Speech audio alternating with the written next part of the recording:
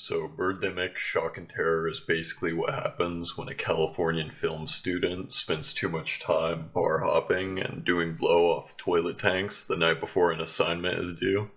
And this is what they come up with. This movie is basically if you drew Alfred Hitchcock's The Birds from Alzheimer's memory. And let me just start off by saying that this was my worst nightmare, my bane, my anathema, and this is the worst movie I've ever seen in my life. And I don't say that lightly either. And I have two really big major pet peeves with bad movies. I usually love all of them except for when they do these two things. And that's one, when absolutely nothing happens and I'm just watching just nothing, and like it just it's just random stuff that doesn't contribute to a plot at all. And two, when a low budget movie relies on computer generated content to be a significant aspect of the film. If something looks really cheap and corny and that's the selling point of your movie, then I mean your entire movie is a joke pretty much, because it looks awful. It just looks god awful. Alright, let's go through this colossal list of the bad. The first 45 minutes, completely pointless. Just a random guy. He's just living his life, pretty much. And that's it for like 45 minutes. And they go on these corny, really awkward ass dates. And that segues into my next thing, is the acting is always so awkward. Everyone just acts so robotically, and they are just all really bad on screen except for the one of the main lead actresses. She's okay.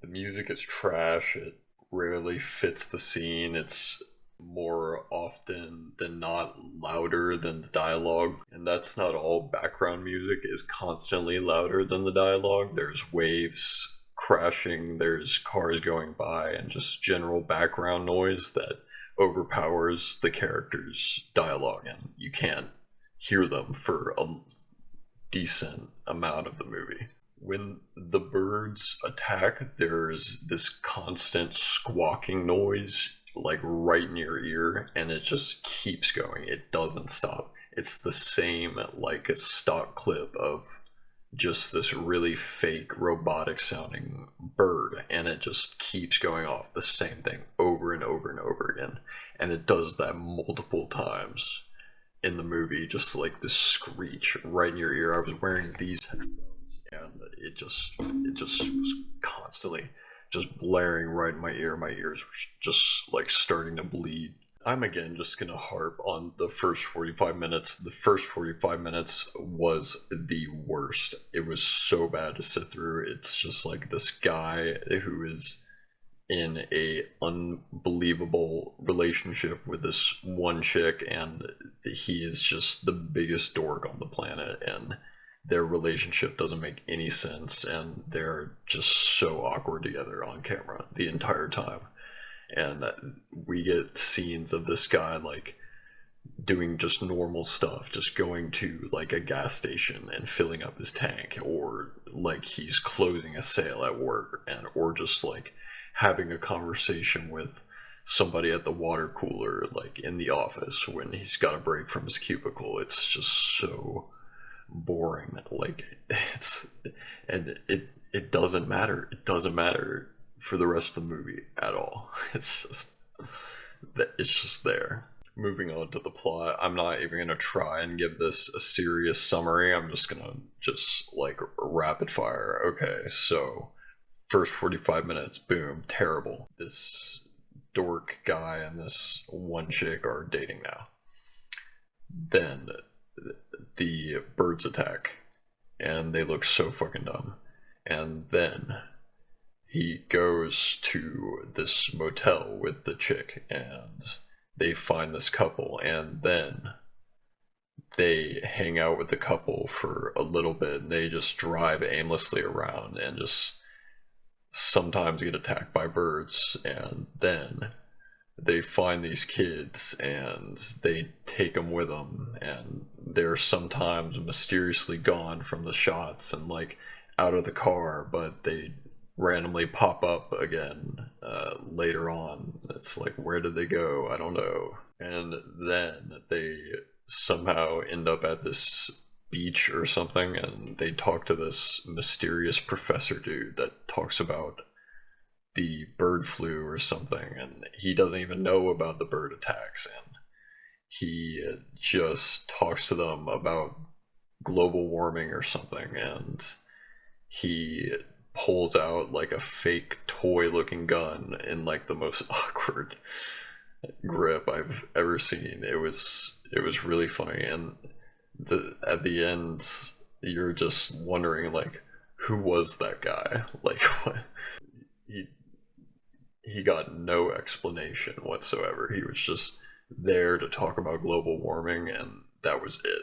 And then the couple they met, they like stopped, and the girlfriend of the guy from the new couple is going to take a shit, and she goes to take a shit, and then a bird kills her. And then they keep driving, and there's a bus full of people, and they're trapped by the birds. And the main character is like, just, we gotta help them, we gotta help them. And they go try to help them, but the main character doesn't come. And the guy they met goes out, tries to save them, and they all come out, and they all just die. They all just die to the birds, and the main character doesn't do anything. He just leaves. He just leaves.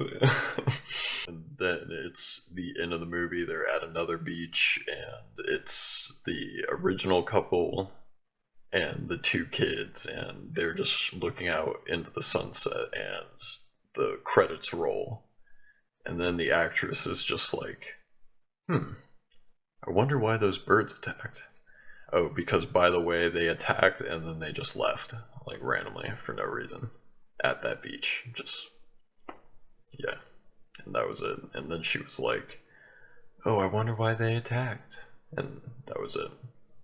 That was the entire thing. So by the end of this, I really didn't think I was going to have anything good to say about the movie, and really I'm just scraping at the bottom of the barrel here. But the actress, it was actually kind of a sad story. She was like 18. Well, I guess it's not sad, but I mean, it seems sad from my point of view. But she was like 18. They found her in this parking lot. They were like, hey, you want a role in this movie? And she was actually really good. She really tried her best to show up and like give a good performance. So hats off to her. And I guess another positive thing I could say is that it was made with, I think, a genuine passion for movies, even though it was done like horribly wrong. This guy that made it only did it with like a $10,000 budget, and he was just using the money he got from his day job. And